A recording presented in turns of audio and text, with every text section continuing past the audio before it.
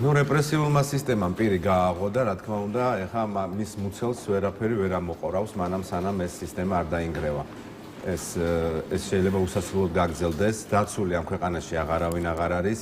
სამართლებრივი ჩარჩოდან არის გაცული პოლიცია, პროკურატურა, სასამართლო, პარლამენტი არ არსებობს, საკონსტიტუციო სისტემა მორღვეულია, ბალანსი არ არსებობს, არსებობს ერთი ადამიანის სამფლობელო, სამეფო თუ საფეოდალო და ამ ადამიანის ძნებებით დღეს იმართება ეს ქვეყანა. სამწუხაროდ ჩვენ არ აქვს პოლიცია, პირდაპირ მნიშვნელობით, რასაც დღეს პოლიცია აკეთებს, ეს არის კრიმინალი და ბევრ მათგანს, რა თქმა უნდა, ამის გამო პასუხი მოეთხოვება. სამართლებრივი ჩარჩოდან არის გასული სასამართლო, პროკურატურა არ არსებობს, ახალი გენერალური პროკურორი დანიშნეს ზურა ადეიშვილის კადრი. წარმოიდგინეთ, ახლა წინა სისტემის პროკურორი, სუსის ხელმძღვანელი, მე ჩემზე კარგად არავინ არ იცნობს, ყოფილი ნაციარის და მერე არის პორტირებული ქართულ ოცნებაში. ჩოჩიევის კომისიაში სხედან ის ადამიანები, ჩოჩიევს გულისხმობ თეა ჩოჩიევს, წულუკიანს მე აღარ დაუძახებ, ის არის თეა ჩოჩიევი, ჩვეულებრივად, რომელიც აკეთებს ოკუპანტების და სეპარატისტების საქმეს და ებრძვის გიორგი გახარიას მხოლოდ იმის გამო და ასრულებს ბინძურ დავალებას ივანიშვილის, რომ ამ ადამიანმა საქართველოს შეუნარჩუნა სოფელი ჩორჩანა და ის ტერიტორია, რომელზედაც დღეს ქართველები ცხოვრობენ და საქართველოს იურისდიქციის ქვეშ არიან მოქცეულები. და ეს კომისია აპირებს ამ ადამიანის გასამართლებას მხოლოდ იმის გამო, რომ საკუთარ სამშობლოს, ძალიან ბოლო პერიოდში ძალიან ისეთი ამბავი არის, პრეცედენტული ამბავი არის, შეუნარჩუნა აი ამ ხელა ტერიტორია პირდაპირ მნიშვნელობით. ეს მოცემულობა არის, ეს სისტემა რა თქმა უნდა არ გაჩერდება. და სასაცილოა, ხო? ნახეთ, რაზე მინდა აქცენტი გავაკეთოთ. მიქანაძე ყავთ დღეს თუ არ ვცდები დაბარებული, თუ ყავდათ უკვე?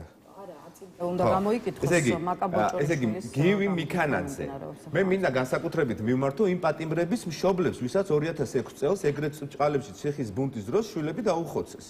აი ეს ადამიანი ხელმძღვანელობდა მაშინ იუსტიციის სამინისტროში სასჯელ ახსნილების დეპარტამენტს. იყო მინისტრის მოადგილე და პასუხისგებელი პირი პატიმრების უფლებებზე და დაცულობაზე. ეს ადამიანი, რომელმაც აი ეს მოაწყო 2006 წელს ციხის ჭყალებში ბუნტი და ხალხი დახოცეს, დღეს ეს ადამიანი ზის ესე იგი საგამოძიებელ კომისიაზე არა როგორც თქვა დასაკითხი პირი, რომლის დროსაც ადამიანები დაიხოცნენ, აი ესე ავტომატებს ყოფდნენ საკნებში და ისე ისროდნენ და ეს ადამიანი იყო მაშინ ამათი ხელმძღვანელი. არამედ ზის, რომ რაღაცა 2012 წლიდან, რომელიც ბოლომდე რაღაცა, არ ვიცი, 2016 წლამდე ნაციონალურ მოძრაობას აძლევდა ხმას, ხო? ეს ადამიანი დღეს აპირებს რაღაცა ახალ მოწმედ გვევლინება. მაკა ბოჭორიშვილი, რომელიც წლების განმავლობაში იყო ნაცების დიპლომატი. მთელი ცხოვრება ადამიანი, რომელიც იყო ნაციონალურ მოძრაობის სისტემის ნაწილი, დიპლომატი, არაფერი ეს სალომე სამადაშვილის მოადგილე იყო წლების განმავლობაში. როდესაც სალომე სამადაშვილი იყო ნაციონალურ მოძრაობის აქტივისტი და მხარდამჭერი, არც მალავდა იყო. ხო, დღეს იქნება მოწმეები, როგორ აზიანებს ოპოზიციური ძალები, ოპოზიციონერი პოლიტიკოსები საქართველოს საგარეო წარმოიდგინეთ, ეს ადამიანები, რომლებიც მთელი ცხოვრება მავნებლობდნენ, მთელი ცხოვრება არიან დაკავებული მლიქნელობით, ოღონდ რაღაცა სისტემას მოერგო. არ გამოვა ეს სისტემა დიდხანს ვერ გაძლევს, რაც არ უნდა დიდი პირი გააღოს და რაც არ უნდა გაუმაძღარი იყოს ეს რეპრესიული მანქანა, ეს ადრე თუ გვიან ჩამოიშლება, ჩამოინგრევა და განსაკუთრებით ამ ადამიანების ისინი ვეღარ მოახერხებენ პორტირებას ვერსად. შეიძლება მაშინ არ არსებობდა სოციალური ქსელები, არ არსებობდა ამდენი ინფორმაცია, როგორც დღეს არის, ხო? ბლოკჩეინია ყველაფერი იცის, ვინ რას წერს, ვინ რა პოზიციას იკავებს, ვის უხარი ამ ხალხის დაკავება, აი შედით უბრალოდ. აი ჟრიამულს აწყობს ზოგი ჩვენი მოქალაქე, ისეთი ბედნიერები არიან, თითქოს რაღაცა გამდიდრდებიან იმის გახარიას დაკავებით და მათი ოჯახის სოციალური მდგომარეობა გამოუსწორდება. ისეთივე ღარიბები დარჩებიან და ისევ იმ ასლარს დაელოდებიან ხელისუფლება, რომ გადაუგდებს წინა საარჩევნოდ. აი ეს მოცემულობა არის, აი აქამდე მიიყვანა, ესე გახწნა ივანიშვილმა, ესე გააფუჭა ეს ქვეყანა, საკუთარ ამომრჩეველს ხო პატივს არცემს. ყველაფერი უკუღმართი არის. ხალხს იჭერენ იმისთვის, რომ საკუთარ სამშობლოს მიწა რატო შეუნარჩუნეო. ნაციონალური მოძრაობის გასამართლებელი კომისია შექმნეს და მაგად გარდა ყველა იმასქნეს. ყველა დაიბარეს და ყველა დაიჭირეს. არ დაუბარებიათ სააკაშვილი, არ დაუბარებიათ ახალაიები, არ დაუბარებიათ პროკურორები, სასამართლოები, მოსამართლეები. რა გგონია ის მიზეზი, რომ გამოიკითხა ფაქტობრივად ყველა ნაციონალური მოძრაობასთან დაკავშირებული პირების გარდა. დასაჭერად გააკეთეთ ნაციონალური მოძრაობის გასამართლებელი კომისია იმისთვის შექმნით, რომ გახარია და ბადრი ჯაფარიძე დაგეჭირათ?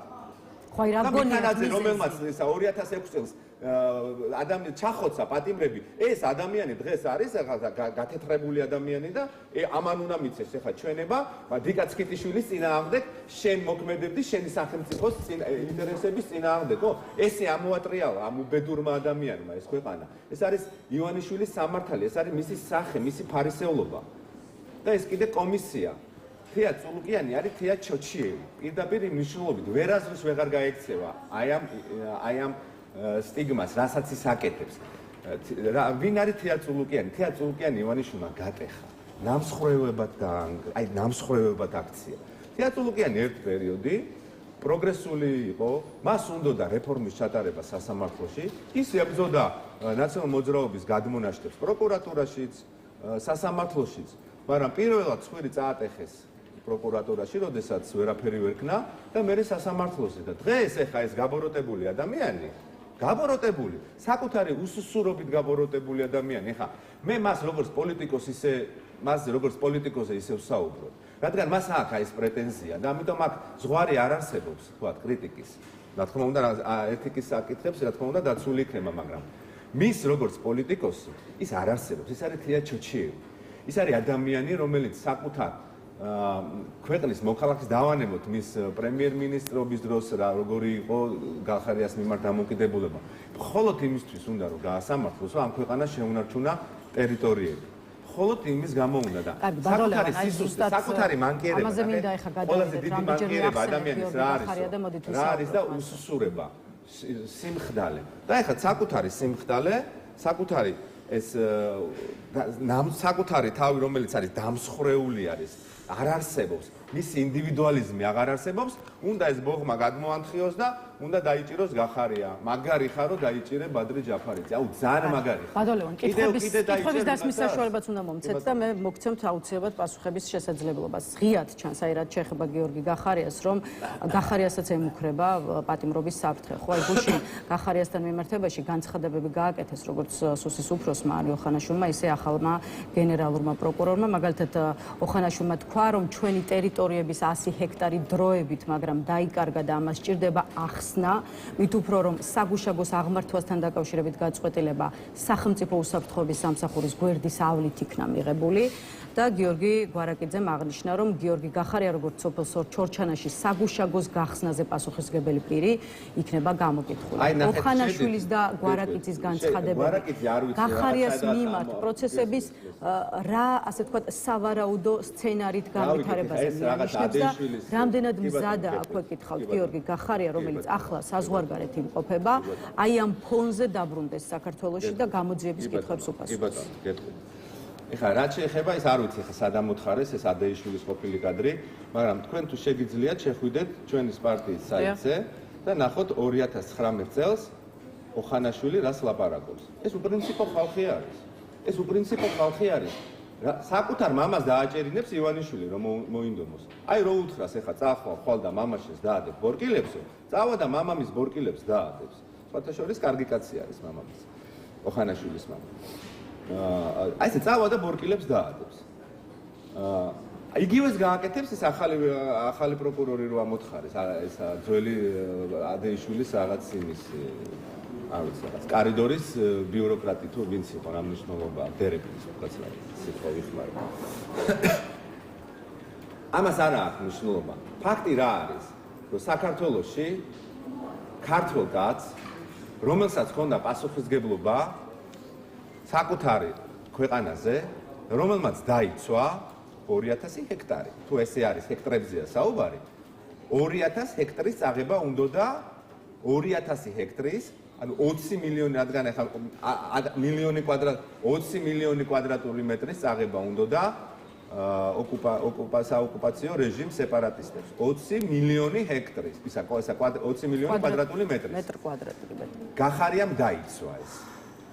დღეს აი ამ რაღაცა არაფერს, არაფერს, ცარიელ ქაღალდს, ხოლო ცარიელ ფურცელს არაფერი არ არიან ეს ადამიანები. ამათ უნდათ ამ ადამიანის დაჭერა. დღეს ამ გაურკვევლობაში, როდესაც გასული არის ყველა გასული არის კანონს მიღმა არის. არ არსებობს არანაირი ლოგიკა. არსებობს მხოლოდ პროპაგანდა, სიბინძურე, საკანალიზაციო არხები, როგორიც არის TV იმედი, რუსთავი 2, პირდაპირ მნიშვნელობით ეს რაღაცა პოსტივი, მათი სიბინძურეები, კორუფცია და შავი ფული დაფინანსებული ტროლბოტობა. ეხლა აი ამ სამართალს, აი ამ გაუკმართებულ სამართალს ჩვენ რა თქმა უნდა არავინ არ შევებუებით. რამდენი ამხელა პირიც არ უნდა დააღოს სისტემა, რამდენი ადამიანიც არ უნდა გადაყლაპოს, რამდენი ოჯახიც არ უნდა გაუბედუროს. საბოლოო ჯამში ბოროტის ზაფრის გმირი მაცდება. შეფასებები ბევრი გააკეთეთ და მოისმინა უკვე ჩვენმა მაყურებელმა. ახლა მინდა გითხრათ რა საპირებს ამ ყველაფერზე გიორგი გახარიანუ, რა იქნება მისი პასუხი. აქტიურად ალაპარაკდნენ მაგალითად იმაზე, რომ გიორგი გახარია შესაძლოა საქართველოში საერთოდ აღარ დაბრუნდეს და სხვათა შორის მას ბევრი ურჩევს, რომ სწორედ ასე მოიქცეს და დარჩეს იქ, სადაც ახლა იმყოფება. მაგალითად აი გია ხუხეშვილიც არის ერთ-ერთი, რომელიც მიიჩნევს, რომ გახარია საქართველოში აღარ უნდა ჩამოვიდეს. აი პირადად თქვენ რას ფიქრობთ ამ ამბავზე და რას ურჩევდით თქვენი პარტიის ლიდერს? ჩამოვიდეს და დაუპირისპირდეს რეჟიმს, როგორც თქვენ მას უწოდებთ, თუ აღარ? პირველი, რამოდენიმე კვირის განმავლობაში, რაც თვითონ განაცხადა, გიორგი გახარია საქართველოში ვერანაირად ვერ ჩამოვა, იმიტომ რომ ძალიან მნიშვნელოვანი შეხვედრები აქვს და დღეს გახარიას იქ ყოფნა არის კიდევ უფრო ორმაგად და საბაგად უფრო მნიშვნელოვანი. გიორგი გახარია ჩამოვა თუ არ ჩამოვა, ამაზე თავი იმტრიოს სუსმა და პროკურატურამ, ეს არის ჩემი პასუხი. დანარჩენი რაც შეიძლება ითქვას ის, რომ ამ რეჟიმს არავინ არ შეეგუება, ამ რეჟიმთან ყველა იბრძოლებს და ეს პროცესი აჩვენებს, რომ ბევრი ადამიანი კიდევ უფრო მეტად არის მზად დაუპირისპირდეს რეჟიმს. რეჟიმი, რა თქმა უნდა, ეხლა გააკეთებს ყველაფერს, იმიტომ რომ ხო გეუბნებით, ანუ საზღვარი არ არსებობს. აი ზღვარი არ არსებობს. არ არსებობს ჩვეულებრივად. ვისაც უნდა, იმას დაიჭერენ. ჩვეულებრივად ქვეყანა არის გასული სამართლებრივი ჩარჩოდან. პროკურატურაც, პოლიციაც, სასამართლოც. ეს სამივე უწყება ბიძინა ივანიშვილსა პირდაპირ მნიშვნელობით ამოდებული. ამოდებული რა, ამოდებული რასაც ქვია. რასაც უნდა იმას აკეთებიებს პოლიციელებს, რომლებიც საერთოდ ვერ აცნობიერებენ, აი გაყინული თავებით დადიან. ვიღაცებს ბორკილებს ადებენ. თითქოს გონიათ, რომ ეს რაღაცა მუდმივად გაგრძელდება. ამის გამო მათ პასუხს არავინ არ მოთხოვს. ესეთი განცდა აქვს ბევრს. პროკურორსაც, მოსამართლეს, იცით რატო? იმიტომ რომ ძველი პრეცედენტიდან აქვს გამოცდილება, რომ ადეიშვილის მოსამართლე გახდა უადო ნარკოტიკის ჩამდები პოლიციელი დაწინაურდა 15 ივნისს რო თავყმა დაამტვრიეს აქტივისტებს 2009 წელს. ბევრი მათგანი ზოგი გუბერნატორი გახდა, ზოგი სამმართველოს უფროსი გახდა, ზოგი მინისტრის მოადგილე გახდა. ეს მაგალითები უდევთ ამ პოლიციელებს და იცით რას ფიქრობენ ეს პოლიციელები, რომ ხელისუფლება რო შეიცვლება, ჩვენ ამათ კიდე ახალ ხელისუფლებასაც დაუჭირდებით ბინძური საქმეების აკეთებად. ანუ საკუთარ თავს აპრიორად იმ რანგში აყენებენ, რომ ისინი ყველაფერზე შემსრულებლები არიან, მაგრამ ამ ქვეყანაში აღარავის არ დაჯერება არც ესეთი პოლიციელი, არც ესეთი მოსამართლე და არც ესეთი პროკურორი. კიდევ ერთი კითხვა მინდა დაგისვათ გიორგი გახარიას და მე ისევ ზოგად კონტექსტში განვაგრძოთ ქვეყანაში შექმნილი ვითარების შეფასება. უკვე გვესმის განცხადებები მის თაობაზე, რომ თუ გიორგი გახარია საქართველოში არ დაბრუნდება, მასზე შესაძლოა საერთაშორისო, ასე ვთქვათ, მასშტაბით გამოცხადეს ძებნა და ამ კონტექსტში მართლა საინტერესოა, აი პირადად თქვენი პოზიცია რომ გითხრათ, გიორგი გახარია რა პოზიციიდან უფრო დაეხმარება დღეს ქვეყანას. საქართველოში ციხეში გამოკეტილი რისი ალბათობაც უფრო და უფრო იზრდება, თუ რომელიმე დასავლურ ქვეყანაში მყოფი, სადაც ისევ შეძლებს მისი საერთაშორისო კონტაქტების გამოყენებას და აი რამდენიმე წუთის წინ თქვენ თავადაც თქვით, რომ მნიშვნელოვანია დღეს გახარიას უცხოეთში ყოფნა და ის ვიზიტები, რაც მას აქვს.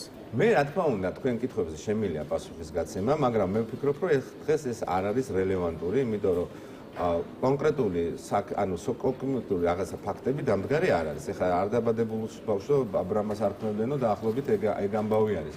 ჩვენ ამაზე შეგვეძლება მომავალშიც ვილაპარაკოთ, როდესაც კონკრეტული შემთხვევა დადგება, მაგრამ დანამდვილებით მინდა გითხრათ, რომ 2 ივლისს გიორგი გახარია სავარაუდოდ არ იქნება თბილისში, სავარაუდოდ. მე არაფერს არ გამოურიცხავ, მაგრამ ვამბობ სავარაუდოდ. ჩვენ ვითხოვთ, მე რას ვითხოვ, გიორგი გახარია ითხოვს, რომ დაკითხონ, უბრალოდ გამოკითხონ, კითხვები დაუსვან დისტანციურად და ნუ ეშინიათ, იმიტომ რომ არ გავთიშავთ ნამდვილად, არ გავთიშავთ მაუწყებლად ამ ჩვენზე რაც იქნება ტექნიკურ მხარეს. ნამდვილად არ გავთიშავთ. თუ აქვთ გამბედაობა ძალიან მარტივი არის, ხო? თანაბარი პირობები არის. იქ რომ მიდიხარ, არ არის თანაბარი პირობები. 7 ოსი სეპარატისტი შენ გიტევს, ხო? პირობითად ვამბობ და ეს ადამიანები ჩემთვის ისინი არიან სეპარატისტები.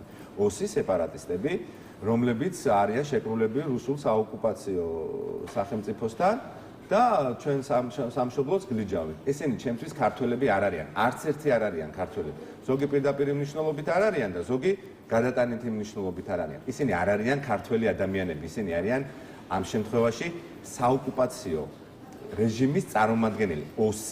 ოსი სეპარატისტები არიან პირდაპირ მნიშვნელობით, რომელ კომისიასაც ხელმძღვანელობს თეა ჩოჩიევი და ეს არის ბორის ჩოჩიევის სახელობის კომისია, რომელიც საკუთარ მოქალაქეებს ასამართლებს მხოლოდ იმის გამო, რომ მათ დაიცვეს საკუთარი მიწა წყალი. ამიტომ რაც არ უნდა იბრიქოს გენერალურმა პროკურორმა, რაც არ უნდა იბრიქოს უთავმოყარეო ადამიანმა, რომელიც 2019 წელს და თქვენ შეგიძლიათ ნახოთ, აი ანახეთ, მე ხო არ ვიგონებ. კი, გუშინ გაავრცელა ქარდები. არაფერი ქარდი არ არის შეძენებით თქვენმა პარტიამ ასე რომ იძებნება ესეთი ინფორმაციები იძებნება. არსებობს ესეთი კარგი სისტემები ინტერნეტ სივრცეში, სადაც შეგიძლია ეს ძველი ჩანაწერები ამოიღო. ზოგი YouTube-ზეა, ზოგი ინტერპრეს ნიუზზე დევს ფანტასტიკური სააგენტო ჰოლდინგი, სადაც არაფერი არ იკარგება და დიდი მადლობა ამ არქივებისთვის, რომ არსებობს თქვენი ჰოლდინგი. არაფერი არ იკარგება. ეს ის ადამიანები არიან, რასაც უნდა იმას ალაპარაკებენ. რასაც უნდა იმას ალაპარაკებენ, გეუბნებით, რომ ყველაფერს გააკეთებიებენ. კი ბატონო, რამდენიმე კითხვის დასმა მინდა მოვასწრო კიდევ, ვიდრე დაგემშვიდობებით, ამიტომ მოდით ახლა მე დამითმეთ რამდენიმე წამი. ბატონ ლევან, აი დაპატიმრებული ოპოზიციონერი პოლიტიკოსი, აი ხა მინდა ვისაუბროთ იმაზე, რაშია გამოსავალი. აი მაგალითად დაპატიმრებული ოპოზიციონერი ლიდერები, რომლებიც სულ ახლა ხარ, რამდენიმე დღეა რაც ციხეში წავიდნენ, კიდევ უფრო აქტიურად საუბრობენ ერთიანობის და ერთიანი გეგმით მოქმედების აუცილებლობაზე. ხაზარაძემაც გააკეთა ეს განცხადება, გუშინ უკვე დაპატიმრებამდე რამდენიმე წამით ადრე გიორგი ვაშაძისგანაც მოვისმინეთ და ასე შემდეგ და ასე შემდეგ. მოკლედ, ერთიანობის იდეაზე თქვენს პარტიაში რას ფიქრობთ? ახლა ეს გითხარით, აქამდე თქვენი პარტია თითქოს გაურბოდა ხოლმე ერთიანობის იდეას და უფრო ცალკე მოქმედებას ანიჭებდა უპირატესობას, ყოველ შემთხვევაში ასეთ შთაბეჭდილებას ტოვებდით. ახლა აი ასეთი მტკივნეული პროცესების ფონზე რა და როგორ იქნება? ხომ არ მიდიხართ დასკვნამდე, რომ დიახ, საჭიროა ერთიანობას სჭირდება შესაბამისი ინსტრუმენტები. ჩვენ მაშინაც ვამბობთ და ეხლაც ვამბობ და მე ესე ვფიქრობ, მე უბრალოდ მყარი არგუმენტები მჭირდება. ყველაზე კარგი სადემონსტრაციო სივრცე ერთიანობის. აი, როდესაც ერთიანობის ერთ კანდიდატს აყენებ და უპირისპირდების სისტემას. პირდაპირ ნიშნავს, ხა თქვენ ხო გესმით ხა. რასაც ისინი ერთიანობას ქვეშ გულისხმობენ, ერთიანობა სჭირდება ინსტრუმენტები, როდესაც რაღაცა ფრონტი არსებობს, პირობითად ვამბობ. ამის ყველაზე საუკეთესო მაგალითი არის, როდესაც შენ ყავს საერთო მაჟორიტარული კანდიდატი. ხო, ხაზარაძე მოყვებათ ამ იდეაში, მთავარია სხვა ოპოზიციური ძალები დაიყოლნენ. როდესაც ყავს საერთო მაჟორიტარული კანდიდატი, საერთო მერობის კანდიდატი. პარტიულად გადიხარ ცალ-ცალკე, ამაში არანაირი პრობლემა არ არის. საერთოდ არანაირი პრობლემა არ არის, ეს სწორია, ბუნებრივიც არის, იმიტომ რომ ხა შენ ახლა აქ ერთ სუპერ პარტიას ვერ ჩამოაყალიბებს. სხვა გარემო არის, სხვა რეალობა არის. ეს არ არის 2012 წელი. ნაციონალური მოძრაობა არსებობს და ამის გამო ეს არის ძალიან რთული. ეს ყველას უნდა გვესმოდეს. ძალიან რთული არის. აი თქვენ რამდენიმე წუთის წინ თქვით, რომ ამ რეჟიმის ქმედებები უსასრულოდ გაგრძელდება, თუ სისტემა არ დაინგრა. აი როგორ უნდა დაინგრეს ეს სისტემა, მოკლედ რომ გითხრათ.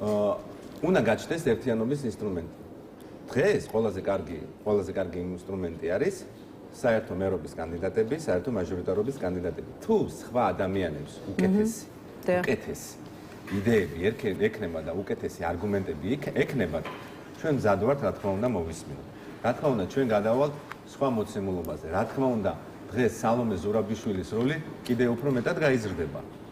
იმიტომ რომ ფაქტობრივად ის დარჩა ლიდერებისგან პოლიტიკურ ბევრი ფიქრობს რომ გადასარევი კანდიდატი იქნება თბილისის მერის არჩევნებში როგორც ოპოზიციის ერთიანი კანდიდატი. მაგრამ ეს მისი გადასაწყვეტი არის. ამიტომ თქვენი მხარდაჭერა ექნება ასე რომ იყოს და მან ამის თაობაზე სურვილი გამოდგას.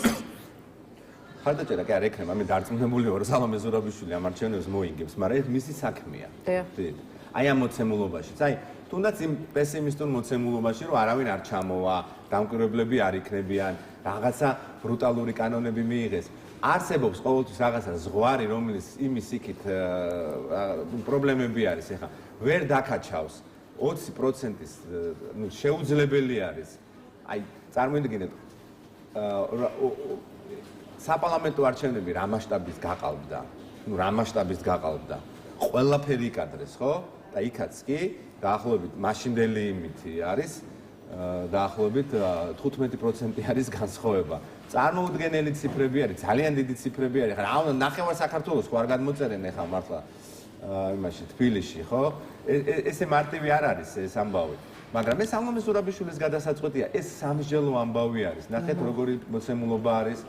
ეხაც საპატიმროში იმყოფებიან ადამიანები, რომლებიც ეწინააღმდეგებიან და რომლებიც ხარს უჭერენ არჩევნებს. ამიტომ აქ კონსენსუსი მოსაძებნი არის. ერთი არის, როდესაც ყველანი გარეთ არიან და იქ შეიძლება სხვა ლავირების საშუალებები არსებობს. დღეს ძალიან ბევრი ადამიანი უკვე საპატიმროში არის, ამიტომ ეს ლავირების საშუალებები შემცირდა და ყველა სიტყვას სხვა ფასი აქვს. ამიტომ მე ყველას მოუწოდებ, რომ სანამ რაღაცა ამოხტებიან ხოლმე განსაცმლიდან და რაღაცა თავს მასშტაბიან, ახლა გაჯიუტდებიან და სხვა არგუმენტს არ იღებენ. ყველა მაწე უნდა აწონოს სიტყვა. იმიტომ რომ ყველამ ერთმანეთის სიტყვას პატივი უნდა უცეს და ერთმანეთის აზრს. ამიტომ ეს სამსჯელო ამბავია. ჩვენ ამაზე დავილაპარაკებთ, მოვილაპარაკებთ. მე დარწმუნებული ვარ, რაღაცა აზრამდე მივალთ, მაგრამ აი ესე რაღაცა გონორით ლაპარაკი, რომ ჩემი აზრი არის ალტერნატივა, ამას არავინ არ მიიღებს. ეხლა როცა არ შეეგუები, არც ეგუები ივანიშვილის დიქტატურას, შეიძლება არც ვიღაცა იმის დიქტატურას შეეგუო, თუნდაც ოპოზიციაში მყოფი ადამიანის, რომელსაც უნდა შენ თავზე რაღაცა საკუთარი აზრის მოხვევა. ამიტომ ადამიანებმა ეხლა მეტად უნდა ცენ პატივი, იმიტომ რომ ჩვენ პირველ რიგში უნდა გავუფრთხილდეთ იმ ხალხს, ვისაც ემუქრება. ეხლა თქვენ ხო ხვდებით, ეხლა მალე დამთავრდება ეს სასამართლო პროცესები და ძალიან ბევრი ახალგაზრდა, რომელიც წინასწარი პატიმრობაში არის, შესაძლოა უკვე ოფიციალურად მათ უკვე პატიმრობის განაჩენის მოლოდინია სამწუხაროდ. ამიტომ ყველაფერს, ყველა სიტყვას აქვს ფასი. მეტ დიალოგს აქვს მნიშვნელობა. აქაც უნივერსალური, პირდაპირ ვამბობ, უნივერსალური მოდელი არ არსებობს.